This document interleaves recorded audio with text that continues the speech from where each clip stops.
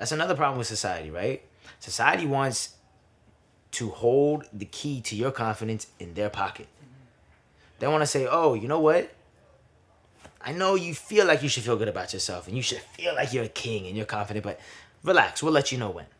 And then once you do like a certain like esoteric amount of accomplishments, that's when society will be like, you can feel good about yourself now. You can talk that shit now. Fuck that and fuck y'all. I'm gonna talk my shit till I motherfucking die.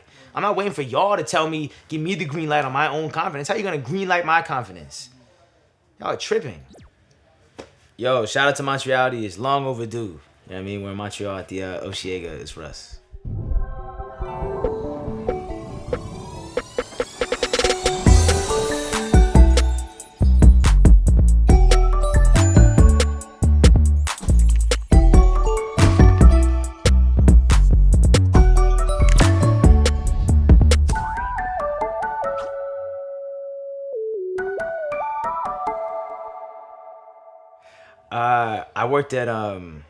I worked at Outback, which was like it's a food spot. I was a busboy, and it's funny. Me and Bugis worked there. It was just funny, like just bussing tables, and you got to deal with like the dynamics of like a kitchen and like the waiters, like because we had this thing where the waiters' tips they had to like give a portion of it to the busboys, so they was always at the end of the night they weren't fucking with that. I did that job. I worked at Off Broadway, which is a shoe place. I was just stacking shoes. That's where the line and pull the trigger comes. Like when I was stacking shoes, whatever. It was funny too. At that job, we had walkies, right? To like communicate with all the other employees. So we had walkies that like hooked up. You had an earpiece.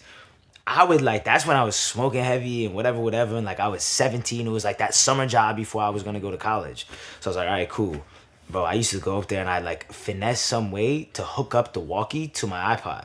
So I would be like, sometimes they would have me on like, I remember just a specific time I was like standing at the front of the store. Because every once in a while they would have someone standing at the front of the store and greet people that come in. And I would just have the like walkie going but it was my iPod. So like I would just be up there listening to music and shit. And then my manager would come up and like smack me on the shoulder like, do you not hear me in your ear? I was like, nah, I don't. Man, when I was 17, around that same time, kind of when like, the vision of actually doing this hatched was at like 17. Like the inception of it was, when I was like 6 or 7 writing raps in a notebook and stuff like that. But like the really proactive, like conscious, going after it started at 17. And I read Napoleon Hill, the Magic Ladders of Success, I think is what it's called. And then Deepak Chopra's 7 Spiritual Laws of Success, The Alchemist by Paulo Coelho. You know what I mean? Those are like super big Bibles. And then later on I read Four Agreements and stuff like that. But those were like super, super important to kind of forming the mindset and just using those tools to really make what you want happen. Like you said, law of attraction is about speaking things into existence. You got to understand that your thoughts are not just these like whimsical things that have no weight and carry no weight in the universe. Your thoughts are things. Your thoughts are like they hold weight.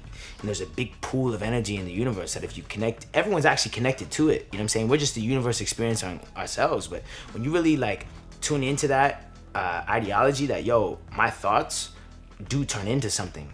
If I believe in it and I put the right energy behind it, you can really make what you want to have happen. Exactly like you said, law of attraction. We got what we wanted out of life.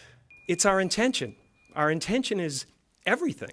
Nothing happens on this planet without it. Not one single thing has ever been accomplished without intention. People might think, right, this whole thing called mumble rap is running rap. It's not, bro. You know when you should really be concerned? Is if some of that mumble rap shit is the biggest shit in rap. But it's not. Guess what the biggest shit in rap is? Motherfuckers who can rap. And it always will be. It's like trying to say that the best basketball player in the world at some point will just be the one who does the flashiest and looks the coolest. It will never. It'll always be the one who performs the best, who puts up the most amount of stats. That's how it always is. Like, I don't care. Like, if you can't rap like that, you're not going down with the best. You're not ever going to be the biggest. You're going to plateau because that shit has a ceiling. You know what I'm saying? But people like Kendrick and Cole and Drake, those motherfuckers rap. You know what I'm saying? They rap. This is rap. I get it. I'm with all, like I said, our generation, we have a foot in the new, foot in the old. So I get the shit. I get it. You know what I'm saying? I'm cool with something, like, I get it. But at the end of the day, like, you're not gonna be the biggest. You're not getting to that point. You're just not. It's just not gonna happen because you can't rap. It's like trying to say I'm gonna be the best in the NBA, but like once you get past the cool headbands and sweatbands I wear, I can't play ball. It's never gonna work, bro. Because once you go up against a dude who can play ball, he's gonna dust you. It's not ever gonna work. You have to rap. Hip hop is in a good place because motherfuckers who rap their ass off and who write amazing songs are running the game. And that's how it's always been. The ones who don't aren't. And that's also how it's always been. I just feel like now everything is so premeditated. From like, think about it, right? Before you even go on a date with someone like that, you know what I mean? You probably know their past 3 ex-boyfriends' names. You probably know the last 4 jobs that they had. You probably know what their favorite color is. You probably know where they like to vacation. It's like, damn, what are y'all about to talk about on this first time you meet? You gotta hope for that kind of like shit that's so hard to find, which is you just meet them on some fate, whatever shit, if you believe in that. But I mean, it was cool. Like you were really, like, back then, it was really about human interaction. There's a lot less human interaction, like human to human interaction. I think people are not that great at being social anymore in person. I think you meet a lot of funny people online and a lot of pretty people online, and I think they're not that cute and not that funny in person. Because that's not how they're trained. They're trained to sit there and come up with a clever tweet that's gonna make you laugh. But in person, ain't no motherfucking time to come up with your clever ass tweet. Are you funny right now? You're not funny because you don't got 10 minutes to like come up with, you know what I mean? Like put together 4 pictures on Twitter that all coincide with each other that create this hilarious, you know what I mean? Like, I don't know, I just think that human interaction is missed. But I like our generation, like the 24, 25-year-olds and shit like that, because I feel like we're the last generation, and not even the last, the only generation that has a foot in the new shit and a foot in the old shit. We're the only one who understand, like, yo, I get like the human interaction shit, but we're also the first ones that were there for the blow up of the technology and the social media shit. So like, it's dope. We're the only, that's why I think our generation is super, super special. Shit. Mentally fucked the shit out of her.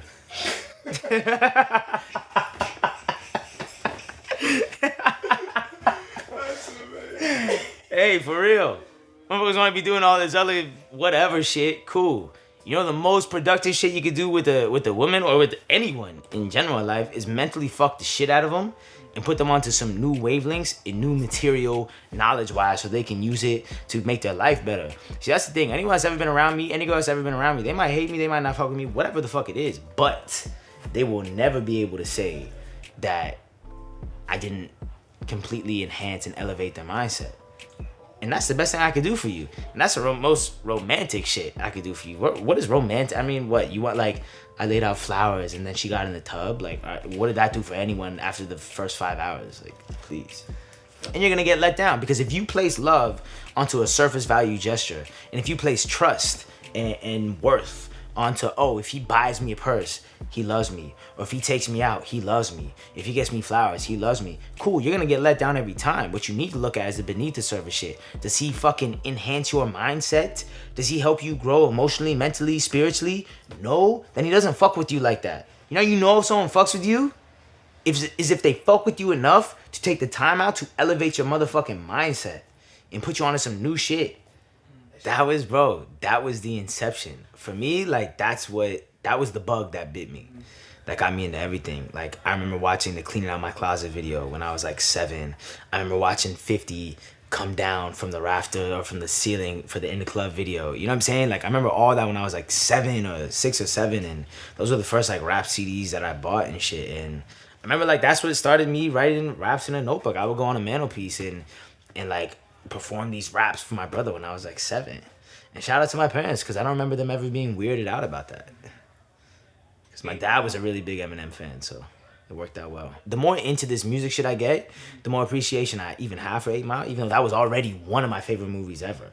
But I'm like, yo, like, he was running rap like this and put out a classic movie? Like, there's no one in this world that can say 8 Mile is not a classic movie. So the fact that you were dropping, I think when he dropped it, he had the #1 album in the world and the #1 movie in the world. That's fucked. That's ridiculous, bro. And the movie that he had, that's the #1 movie, is about him. You know how legendary that is, bro? It's not like he did some movie or he was acting and it was just, it's like I went number one with my album and I made a movie about myself and it also went number one at the same time. Legendary. Legendary shit, bro. Nah, I love that. I love that whole era, bro. I love, like, that's why I really get a lot of subconscious influences from. You know, people don't realize that 50 and Eminem are some of the most melodic, in tune with the pockets of music rappers ever, period. 50's never not done a melody when he raps. You know what I'm saying? It's always in the pocket. The honest truth, right? Because you asked about DMX. The honest truth is that DMX is a motherfucking legend. Period. One of the greatest rappers of all time. One of the best artists. One of the best creative minds. This motherfucker had smashes, crazy raps, crazy albums, movies, bro. You know what I'm saying? Like, he had the whole shit. What people don't understand, right? I love Tupac and Biggie. But here's the honest truth. You don't know what would have happened when they were 40 or 35. You know what I'm saying? These motherfuckers unfortunately passed away at right when it was like happening, whatever. And so everyone wants to have these grandiose thoughts of what would have happened. Nah, I'm telling you, this is how they would have been right now. How do you know that? Because who knows? What happens if Biggie and Tupac lived till they were 40? Y'all probably would be sleeping on them. Like, if you look at the trend of hip-hop, right? Look how motherfuckers try and play Lil Wayne. Look how people try and play DMX. Look how people try and play the legends. Why? Because they lived long enough for you to not fuck with them. And that's the reality. That's the reality. Sometimes it's better to burn out than fade away. Y'all motherfuckers want to act like everyone loved Michael Jackson. He was the butt of the joke. Because y'all motherfuckers lack respect for legends. Y'all want to wait till legends die before you start saying, oh, nah, don't you ever say anything bad about my... Shut the fuck up. He was just the butt of the joke. He was on every South Park episode. He was on every SNL. You know what I'm saying? Like, he was the butt of the joke. And then he dies, and now y'all want to give him his credit? You know what I'm saying? Like, nah, I just think that that's fake as fuck. Why don't you just fuck with them when they're alive? Why don't you actually, like, I'm going to never say anything about DMX or Lil Wayne that's anything less than those are motherfucking legends. Period. Because what? I gotta wait for them to die and for all of Twitter to say RIP before I start reflecting on legends? Nah, that's why I be fanning the fuck out when I meet people that I fuck with. I fanned the fuck out when I met J. Cole. You know what I'm saying? Like, there was a comment where it was like, yo, why Russ look like a fan that just met his idol? Because that's what the fuck it was. What's the matter with you? I gotta wait for him to die before I start being like, damn, I should have done this when I met, I should have said this, I should have been more of a fan. I don't need you to die to show love. A lot of this world needs people to die before they start actually fucking with them. I don't do that shit. I bring all my friends around me when I'm doing cool shit. I bring my mom with me when I'm doing cool shit. Because I don't do the what if. I do the oh well. You feel me? Like, I don't do the damn, you died. What if we would have done this? Or what if you would have came to Tokyo with me? I do the oh well. Like, we went to Tokyo. Wasn't that for oh well. I'll do the oh well before the what if. My message to the youth is... There's going to be a lot of things that come in your life that distract you from yourself and your passion and your gut. Whether it's a person or things that you, whatever the fuck it is. But you have to only listen to your gut and listen to your passion and follow your passion. And people say, oh, I don't know what my passion is. Whatever that thing is that fills you with the most enthusiasm when you think about it, that's your passion. And everyone, when I said that, probably thought of something right then and there, but you probably maybe dismissed it because it was unrealistic. It doesn't make enough money. There's not enough jobs in the market. Whatever the fuck it is. But you have to follow that. You're going to be fucking miserable and you're going to settle. So my message is just believe in yourself and trust your gut and follow your passion. Montreality show.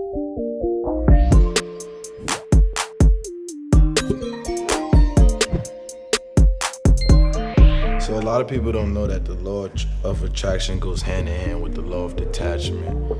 You know what I'm saying? People think like, oh, okay, like, you know, I just gotta think about it, it's gonna come to me. But in all reality, you gotta let go of that thought into the universe for it to come back to you.